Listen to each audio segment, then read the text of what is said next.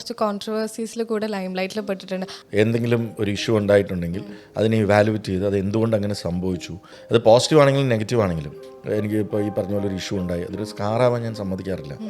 അതിനെ ഒരു മിസ്റ്റേക്കായിട്ട് കണ്ടു, അത് എന്തുകൊണ്ട് അങ്ങനെ സംഭവിച്ചു, ഇനി അങ്ങനെ ഒരു കാര്യം ഉണ്ടാവാതെ ശ്രദ്ധിച്ച് മുമ്പോട്ട് പോകാൻ ശ്രമിക്കുകയുള്ളൂ. അണ്ടർ റേറ്റഡ് ആയിട്ടുള്ള ഒരു ആക്ടർ അല്ലെങ്കിൽ ഡയറക്ടർ വിജയ് ബാബുവിന് തോന്നുന്നത് ആരാണ്? അല്ല, അങ്ങനെ തോന്നിയപ്പോഴല്ലേ ഇന്ദ്രൻ ചേട്ടനെ വെച്ച് ഹോം ചെയ്തത്. സ്റ്റാർഡം എന്ന് പറയുന്നത് മലയാളത്തിൽ ഇനി എത്ര വലിയ സ്റ്റാർ ആണെങ്കിലും സിനിമ മോശമാണെങ്കിൽ അത് വാഷ് ഔട്ടായി പോകും. പടക്കളം ഏകദേശം ഒരു ഘട്ടത്തിൽ കയ്യിൽ നിന്ന് പോയി. ഇപ്പോൾ ആട് എന്ന് പറഞ്ഞ സിനിമ ചെയ്തുകൊണ്ടിരിക്കുകയാണ്. അവിടെ നമ്മൾ വലിയ 3 സെറ്റുകളാണ് ഇട്ടത്. ആടിന് അങ്ങനെ ഒരു ഐശ്വര്യമുണ്ട്, എപ്പോൾ തുടങ്ങിയാലും മഴയാണ്. ആട് 1 മഴയായിരുന്നു, ആട് 2 12 ദിവസം ഞങ്ങൾ വെറുതെ ഇരുന്നു. അതൊരു ഐശ്വര്യല്ലേ? ഐശ്വര്യ എന്ന് പറയുന്നത് ഇത് വല്ലാത്തൊരു ഐശ്വര്യമായി ഇപ്പോൾ. ഏകദേശം 1 കോടി രൂപ കയ്യിൽ നിന്ന് പോയൊരു ഐശ്വര്യം, അത്ര ഐശ്വര്യം വേണ്ട.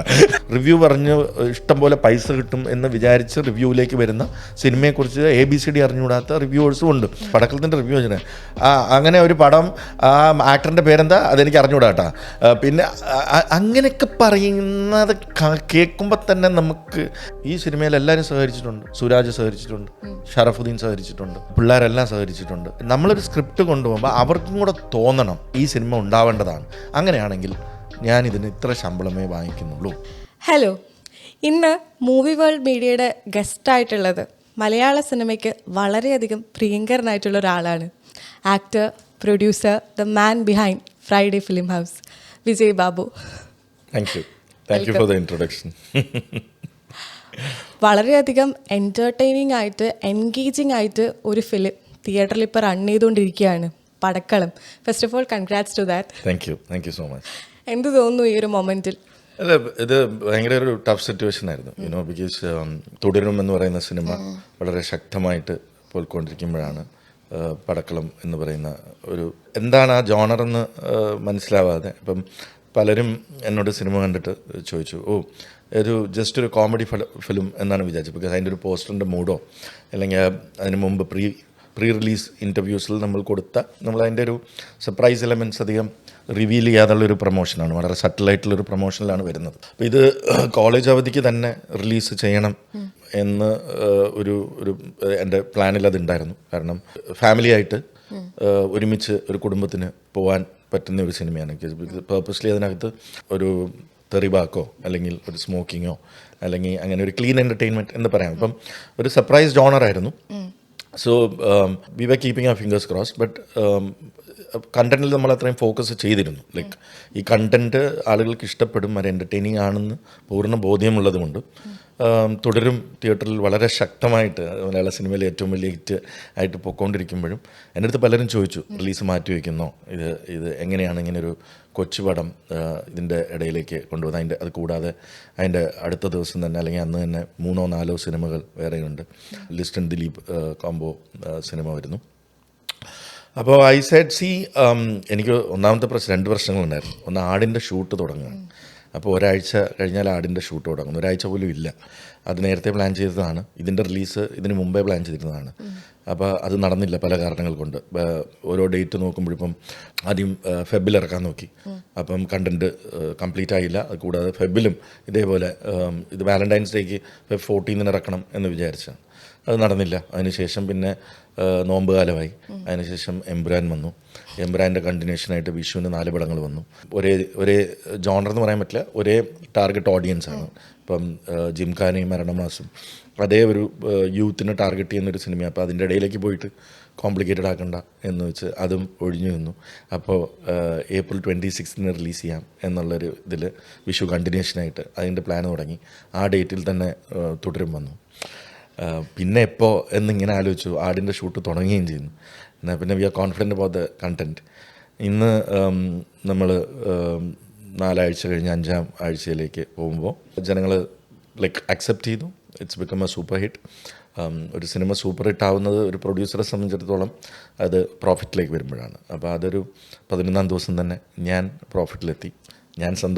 എനിക്ക് സന്തോഷം വന്നാലല്ലേ ഉള്ളൂ. ചിലപ്പോൾ സംഭവിക്കാറുള്ളത്, പടം സൂപ്പർ ഹിറ്റ് എന്ന് ഡിക്ലെയർ ചെയ്യും, ചിലപ്പോൾ കോസ്റ്റ് കൂടുതലോ പല കാരണങ്ങൾ കൊണ്ട് നമുക്ക് സന്തോഷം വരണമെന്നില്ല, അങ്ങനെയും ഉണ്ടാവാറുണ്ട്.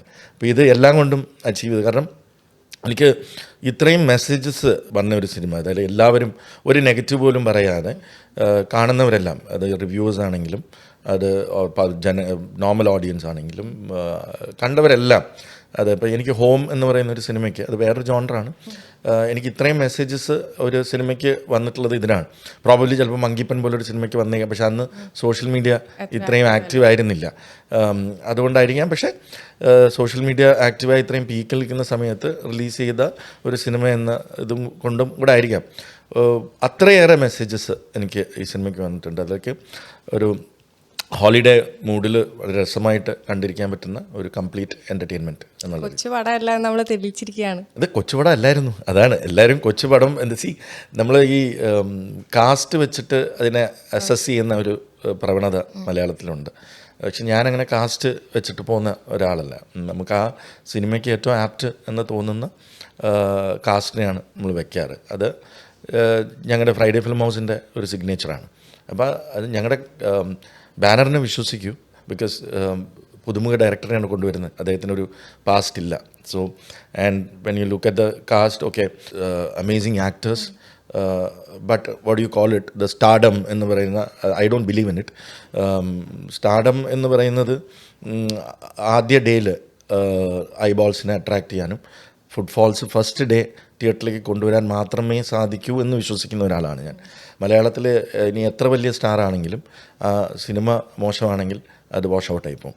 അപ്പം അതുകൊണ്ട് I focus on content and I take actors who can perform that character to the best and who are, ഇപ്പോൾ ഹോമിൽ ഞാൻ ഇന്ദ്രൻ ചേട്ടനെ വെച്ച് ആ സിനിമ ചെയ്യുമ്പോൾ ആ ക്യാരക്ടറിന് ഇന്ദ്രൻ ചേട്ടനാണ് ആ സമയത്ത് ആപ്റ്റ് എന്ന് എനിക്ക് തോന്നിയത് കൊണ്ടാണ്. പലരും ചോദിച്ചു ഇതെങ്ങനെ വർക്കൗട്ട് ആവും. അത് let's focus on content. Let's focus on content. Content is king, distribution is kingdom. അപ്പോൾ ഇത് രണ്ടും ഓക്കെ ആയാൽ ഒരു സിനിമ വർക്കാവും എന്ന് വിശ്വസിക്കുന്ന ഒരാളാണ് ഞാൻ. ഈ പടക്കളത്തിൽ അഭിനയിച്ച ആക്ടേഴ്സ് ആണെങ്കിലും അവർ ഭയങ്കര ത്രിൽഡായിരുന്നു. ആ ഫിലിം കഴിഞ്ഞിട്ട് ഇൻ്റർവ്യൂ എടുക്കുകയാണെങ്കിലും അവർ ആ ക്യാരക്ടറിൽ ഇപ്പോഴും എക്സൈറ്റഡ് ആയിട്ട് നിൽക്കുക. ഷറഫുദ്ദീൻ്റെ ഒക്കെ ഓരോ ഇൻ്റർവ്യൂസ് കാണുമ്പോൾ ഞാൻ ഇതിൽ അഴിഞ്ഞാടി അഭിനയിച്ചു എന്നൊക്കെ പറയുമ്പോൾ ഒരു ഷറഫ് ആദ്യം തൊട്ടേ ഇത് സ്ക്രിപ്റ്റ് കൺവിൻസ് ചെയ്യാൻ കുറച്ച് ബുദ്ധിമുട്ടായിരുന്നു, നല്ല ബുദ്ധിമുട്ടായിരുന്നു. അവസാനം ഞാൻ പോയി ഇരുന്ന് ഇത് ഓൾമോസ്റ്റ് കൺവിൻസ് ആയി കഴിഞ്ഞ് പുള്ളിയുടെ ക്വസ്റ്റ്യൻസ് എല്ലാം പുള്ളി ചോദിച്ചു. ഞാൻ അതിനെല്ലാം ഉത്തരം പറഞ്ഞു. പുള്ളി വളരെ ഒരുപാട് സിനിമകളിൽ പോയി അഭിനയിക്കുന്ന ആളല്ല. I mean is very selective and is very clear in what he wants to know about that character. And once പുള്ളി ആ ക്യാരക്ടറിലേക്ക് എത്തിയാൽ പുള്ളി തരുന്ന ഇംപ്രവൈസേഷൻ എന്ന് പറയുന്നത് മൈൻഡ് ബ്ലോയിങ് ആണ്. ഐ തിങ്ക് ഒരു അണ്ടർ യൂട്ടിലൈസ്ഡ് ആയിട്ടുള്ള, ഞാൻ പടക്കളം കണ്ടു കഴിഞ്ഞിട്ട് ഞാൻ പറഞ്ഞു ഇത്രയും അണ്ടർ യൂട്ടിലൈസ്ഡ് ആയിട്ടുള്ള ഒരു ആക്ടർ വേറെ മലയാളത്തിലില്ല. നമുക്ക് സുരാജിന് ഒരുപാട് വെറൈറ്റി റോൾസ് കിട്ടിയിട്ടുണ്ട്, സുരാജിന് പ്രൂവ് ചെയ്യേണ്ട ആവശ്യമില്ല. ബട്ട് ഷറഫുദ്ദീനെ സംബന്ധിച്ചിടത്തോളം അത്രയും മാനറിസംസ് ഉള്ളൊരു ക്യാരക്ടറാണ്. ഫസ്റ്റിലുള്ള ഒരു മാനറിസം അല്ല സെക്കൻഡ് ഹാഫിൽ വരുന്നത്. ഇടയിൽ പെട്ടെന്ന് ഒരു ക്യാരക്ടർ ഷിഫ്റ്റ് ഉണ്ട്. ആ ഷിഫ്റ്റിനെ വളരെ മനോഹരമായിട്ടാണ് പുള്ളി ഇത് ചെയ്തത്, ആക്ട് ചെയ്തത്. ഫോർ എക്സാമ്പിൾ ആ ഇൻ്റർവ്യൂവിൽ കഴിഞ്ഞിട്ടുള്ള ഫസ്റ്റ് ഇതിൽ തന്നെ പുള്ളി നോക്കിയിട്ട് എൻ്റെ ബാക്ക് ഇങ്ങനെയാണോ എന്ന് പറയുമ്പോൾ ഞാൻ ആ സീനിലുണ്ട്, അവിടെ ബാക്കിലുണ്ട്. ഞാൻ തന്നെ അറിയാതെ ഷൂട്ട് ലൊക്കേഷനിൽ നിന്ന് ചിരിച്ചു പോയി. വേറെ ഉണ്ടായിരുന്നു 2-3 ഹ്യൂമർ വേറെ ഉണ്ടായിരുന്നു. അപ്പോൾ ക്യാരക്ടറിന് അത്രയും ചേഞ്ച് ഓവർ വേണ്ടെന്ന് പറഞ്ഞ് മനു അത് അതൊക്കെ കൈനിട്ടുന്നതാണ്. He has improvised a lot. I mean സുരാജും അതേപോലെ തന്നെ ഒരുപാട് കാര്യങ്ങൾ ഇംപ്രൂവൈസ് ചെയ്യും. സ്പോട്ട് ഇംപ്രൂവൈസേഷൻ ചെയ്യുന്ന ആക്ടേഴ്സ് വളരെ കുറവാണ് മലയാളത്തിൽ. പക്ഷേ ഐ മീൻ വളരെ രസമായിട്ടുള്ള സ്പോട്ട് ഇംപ്രൂവൈസേഷൻസ് അതിൽ അങ്ങനെ 2 ആക്ടേഴ്സിന് ഈ സിനിമയിൽ കിട്ടി എന്നുള്ളത് നമ്മുടെ ഒരു ഭാഗ്യമാണ്.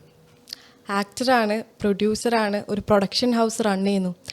എവിടെ നിന്നാണ് ഇത്രമാത്രം ഒരു ക്രിയേറ്റിവിറ്റി ഉള്ളത്? അല്ലെങ്കിൽ എന്താണ് താങ്കളെ എനിക്ക് വേറൊരു പണിയും ചെയ്യാൻ അറിയില്ല.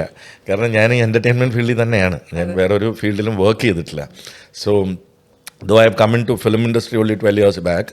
ബട്ട് അതിന് മുമ്പും എൻ്റർടൈൻമെൻറ്റ് തന്നെയാണ്. സ്ക്രീനിൻ്റെ വലുപ്പം മാറിയെന്നേ ഉള്ളൂ. അപ്പം small screen to big screen, ഒരു ചെറിയ ടെലിവിഷനിൽ നിന്നും ഇങ്ങോട്ട് വന്നു. But the television has given me a lot of experience in terms of, നമ്മൾ ടെലിവിഷൻ എന്ന് പറയുന്നത് ഒരു ഹോം വ്യൂയിങ് ആണ് അല്ലേ. അപ്പോൾ ഓരോ ആഴ്ചയും നമുക്ക് TRP റേറ്റിംഗ് കിട്ടുമ്പോൾ ഓരോ ആഴ്ചയും ഇവാലുവേഷൻ നടക്കുകയാണ്. എന്താണ് ഇന്ന് റേറ്റിംഗ് കൂടാൻ കാരണം, എന്താണ് ഇന്ന് റേറ്റിംഗ് കുറയാൻ കാരണം. അപ്പം നമ്മൾ ആ ഡയറക്റ്റ്ലി ഈ റേറ്റിങ്ങിൽ ഒരുപാട് സയൻസ് ഉണ്ട്. അപ്പോൾ ഡയറക്റ്റ്ലി നമ്മൾ ഫാമിലി ഓഡിയൻസിൻ്റെ പൾസ് അസസ് ചെയ്യാണ്. അപ്പോൾ ഇത് ഞാൻ എത്രയോ വർഷമായിട്ട് ചെയ്തുകൊണ്ടിരിക്കും. അപ്പോൾ എന്താ റേറ്റിംഗ് കൂടിയത്, എന്താണ് ഈ എപ്പിസോഡിന് റേറ്റിംഗ് കൂടിയത്, അത് അല്ലെങ്കിൽ അതൊരു സിറ്റ്കോം ആണെങ്കിലും അതൊരു റിയാലിറ്റി ഷോ ആണെങ്കിലും അതൊരു ഫിക്ഷൻ ആണെങ്കിലും നമ്മൾ അതിന് ഓരോന്നിനും ഓക്കെ ഇന്ന ഒരു ആക്ടർ വന്ന് ഇന്ന ടൈപ്പ് ഓഫ് പെർഫോമൻസ് അതിൽ ചെയ്തിട്ടുണ്ട്, അല്ലെങ്കിൽ ഇന്ന ടൈപ്പ് ഓഫ് ഹ്യൂമർ അതിൽ വന്നിട്ടുണ്ട്, അത് ആളുകൾക്ക് ഇഷ്ടമാണ്. അപ്പോൾ നമ്മൾ അങ്ങനെയുള്ള പ്രോഗ്രാംസ് ചെയ്തു തുടങ്ങുന്നു. പിന്നെ ആഫ്റ്റർ സം ടൈം അത് ചിലപ്പോൾ ബോർഡായി തുടങ്ങും ഓഡിയൻസിന്. അപ്പോൾ അതനുസരിച്ച് നമ്മൾ അതിനുള്ള മാറ്റങ്ങൾ വരുത്തുന്നു. ഇത് വർഷങ്ങളായിട്ട് ചെയ്തുകൊണ്ടിരുന്ന ഒരാളാണ് ഞാൻ. വേറൊരു ഇൻഡസ്ട്രിയിലും വർക്ക് ചെയ്തിട്ടില്ല. അപ്പോൾ ആ എക്സ്പീരിയൻസ് നമ്മൾ ബിഗ് സ്ക്രീനിലേക്കും കൊണ്ടുവരുന്നു. ഞാൻ ഈ പ്രൊഡക്ഷൻ ഹൗസ് തുടങ്ങുമ്പോൾ ക്ലീൻ എൻ്റർടൈൻമെൻറ്റ് എന്നുള്ള ഒരു ഇത് വേണം. Because that's what I like. ഇപ്പം മങ്കി പെൻ ആണെങ്കിലും അതും എല്ലാവർക്കും ഒരുമിച്ചിരുന്ന് കാണണം. കഴിവതും അതിൽ ആൽക്കഹോളോ സിഗരറ്റ്സോ അല്ലെങ്കിൽ ഒരു ബാഡ് വേർഡോ അല്ലെങ്കിൽ ഒരു അബ്യൂസോ അങ്ങനെയുള്ള ഒന്നും ഉണ്ടാവാൻ പാടില്ല എന്ന് ആ സിനിമയ്ക്ക് ആവശ്യമുണ്ടെങ്കിൽ അത് ആവാം.